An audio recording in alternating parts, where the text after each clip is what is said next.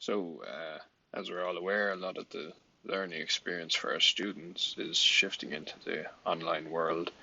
And a large part of that will be live lecturing and recording lectures using iPads and other tablets. So, a couple of people in the department asked me to throw together an instructional video on how to go about this. So, this is the app I use, explain everything. I think it's pretty good. I'm using it right now to make this. I used it last year to prepare lectures for a flipped version of Calculus 2, and in the fall I used it to write notes for Calculus 3. So it's very versatile, and hopefully after this video you'll all know enough to handle this uncharted territory. So I've split the video into sections.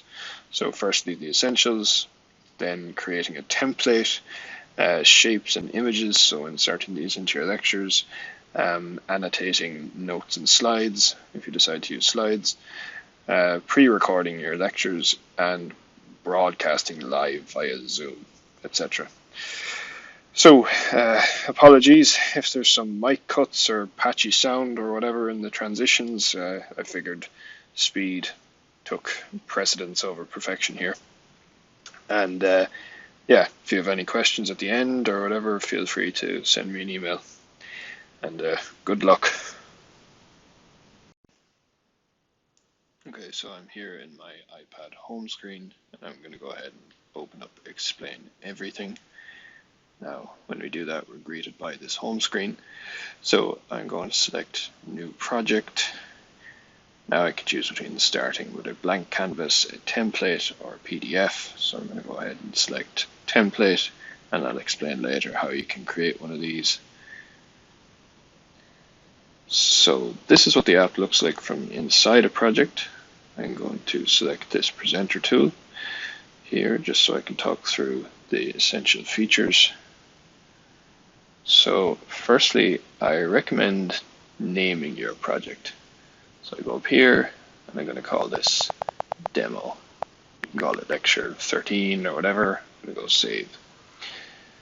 Okay, so the most essential tool is this one right here, the pen. So when I tap this, a couple of things come up that are customizable: the color and the thickness of the pen.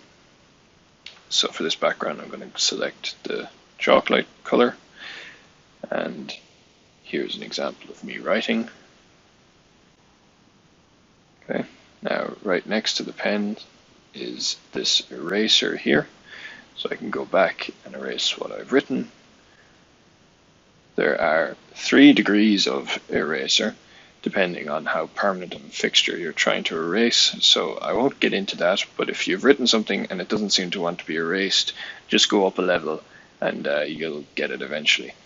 And of course you can customize the size of the eraser as well here. Okay, and I can erase like that. Next thing I want to talk about is the duplicating feature. So let's say I have some sort of drawing or a chunk of equation or text. I can go to this guy here. I can select it and duplicate it. So this is very useful in different settings. There's also this straight edge. If I go to pen, I can select the ruler. If I want to underline something or even draw lines, triangles, etc. on the go. But generally I found for graphs and images, just inserting something is superior. So the next thing is this tool down here that lets you create a new page once you fill a slide. It also has other very useful features like this, which lets you change the background color. But more importantly, it allows you to add horizontal lines to your page. So if you're like me and you find it very hard to write straight across a blank sheet, this is a lifesaver. And a really cool feature of the recording is that I can record my entire lecture using these lines to guide me, and then at the end I can go back and remove them. So the finished product just looks a lot cleaner. Lastly, if I want to copy and paste across different slides, I can go to this first slide, and I can select this option here, this I, inspector. I can tap something, I can go to copy, I can go to the slide where I want to copy it to, and there I go, paste. Okay, and I forgot to mention this guy up here. This allows me to drag items around. Okay, so I hope that's all of the essentials to get you started with Explain Everything. So now I want to talk about how to create a template for your lectures. If I'm in the home screen, I can select New Project here, Blank Canvas, and now when the project opens, I want to go down here to the bottom right and click on this, click here. This allows me to select a background color. So typically I prefer darker colors, just I think it's nicer to look at. It's certainly easier to look at for a long time. Then over here on the left, I can choose what sort of way I want to line my page. I generally go for horizontal lines, but grid lines are very useful if you do a lot with figures and sketching. So over here, I have pattern color. I can choose what color I want to make my lines. So I think I'll go with white lines. Now up here in the top right, I can click done. Then don't worry if they look too compact at first. I can go down here to the bottom left, click this, and I can pan and zoom just with my fingers to get the spacing I want between the lines. Then, if I'm happy with my template, I can go up here and name it. So I'll name this template lecture, and I click save as template. So now if I go back to the home screen, I can click new project, template, and go to lecture. And now I'm using my lecture template, and it automatically gets renamed to lecture 1, let's say. So yeah, that's how to make a template for your lectures. So for adding shapes and images to your lectures, there's two basic tools. Right here, I can add basic things like circles, rectangles, and lines. So here's a rectangle,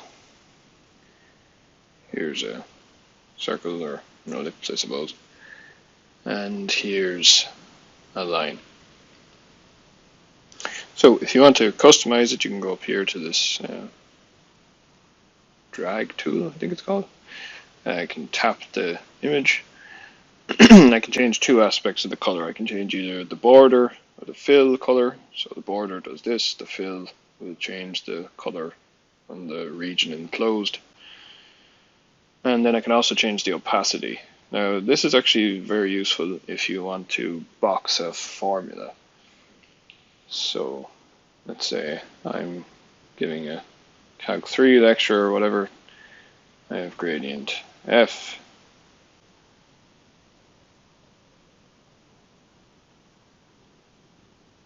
And let's say I want to put this inside a box. So that's a line. So go back to shape and select rectangle. And if I box this now, I then tap on it and I go to the fill color and I change the opacity back down to, let's say, here. Now I hit the inspector tool, I tap the box, I go arrange, and I go send backward. Now what this does is it brings the text to the front of the lecture and puts the box behind it. So for graphs and functions, etc., I usually use Desmos or Wolfram Alpha, and I'll make it before I start the lecture. So I'll exit Explain Everything now and open Desmos, and I've prepared a graph of tan x. So I will screenshot this,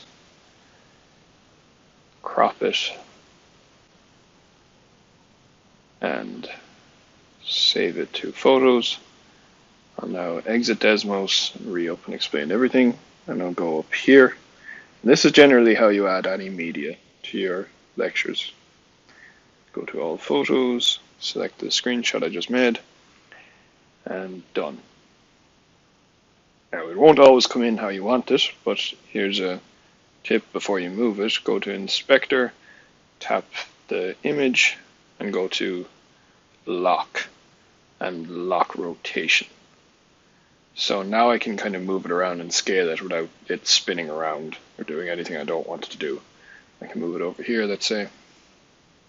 I should have mentioned this earlier, but these tools down here on the left, undo and redo, are very useful. I usually use them when I mess up moving a graph or image somewhere. Okay, so that's shapes and images in your lectures and explain everything. Okay, so another great option for your lectures, if you already have slides made, is just to throw them into explain everything and annotate them as you lecture. So there are a couple of ways to do this. What I do is the following, and there are almost certainly more efficient ways to do this, but well, I'll carry on.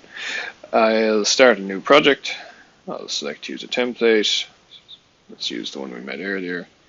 And now I'll actually just exit explain everything. And I'll open up Adobe where I've saved the slides I want to use. I'll open up the slides I want to use. And then up here in the top right, I'll hit export, share a copy, and explain everything will actually come up here as an option to export to. And then I click separate slides, insert. And because I had my project open, there they are.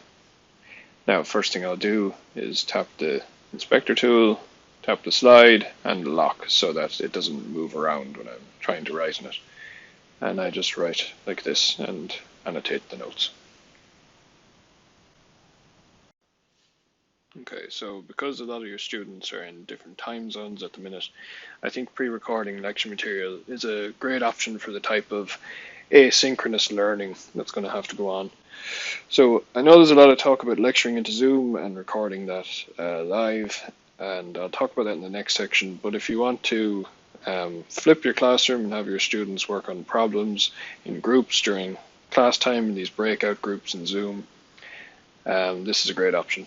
But anyways, on to the practical aspects. So as I said earlier, I think it's a good idea to record with lines, so I'll add my lines. And I'll remove them at the end. So down here is my record button, and right beside it is this toggle mic button. So I can turn the mic on and off, and this allows me to record with or without audio.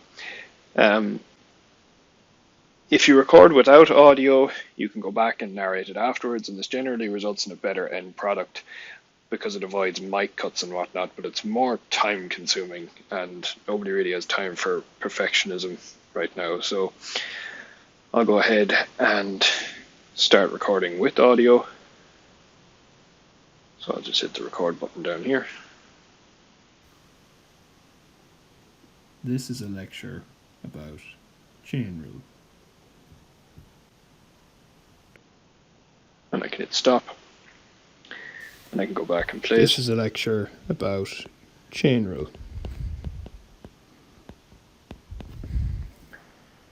Okay, and there are a lot of options inside this editor here for changing different things, for cutting pieces out and whatnot.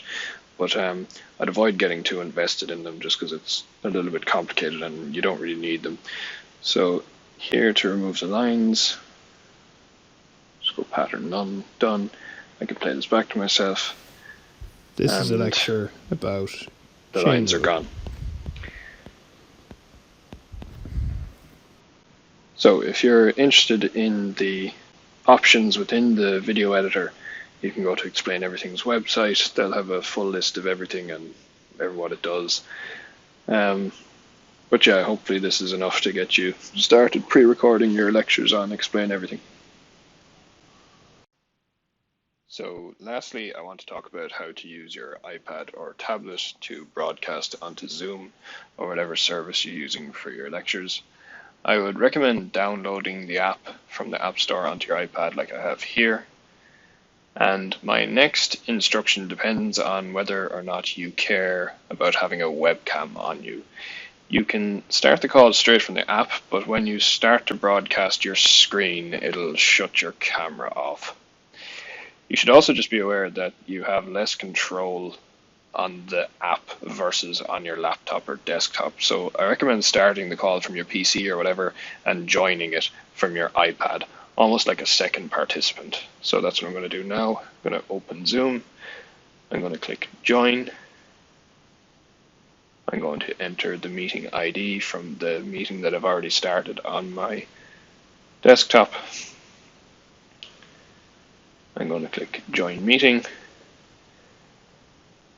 And I'm in. So call using internet audio. Now I'm going to exit the app and open up Explain Everything. I'm going to go New, Template, open my lecture template. And up here in the top right hand corner, I'm going to click the Share button, and then I'm going to click Broadcast. Now, my iPad currently won't let me start broadcasting because I'm screen recording to make this video. So what I'll do next is I will stop recording here, and I will show you the view from what you will see when it will let you record, and then I'm going to show you the view from my desktop. So this is what you'll see if you're allowed to broadcast. So you would click just Start Broadcast, and it would start broadcasting to your class. So this is what your class will see. So I am now looking at this from my desktop, and I'm writing on my iPad. Here's lecture 27. Okay, I would recommend setting this up like 5 to 10 minutes before you start your lecture, definitely your first lecture. And the good thing about this is that when I have this open on my desktop, I have all the controls. So I can click record here, I can click the breakout rooms here, and yeah, there's a lot of functions that I just don't have if I simply run it from the app. So again, what I would recommend is start the call from your desktop, join it from your iPad, broadcast your iPad screen, and then I just sit at my desk and I have the call open on my desktop, and I control from there, like the breakout rooms, the recording functions, everything like that, and I just write the lecture on my iPad. So yeah, apologies for the watermark from the last part. I just have a free trial of Camtasia, but anyway, I hope this explained how to broadcast your lectures onto Zoom.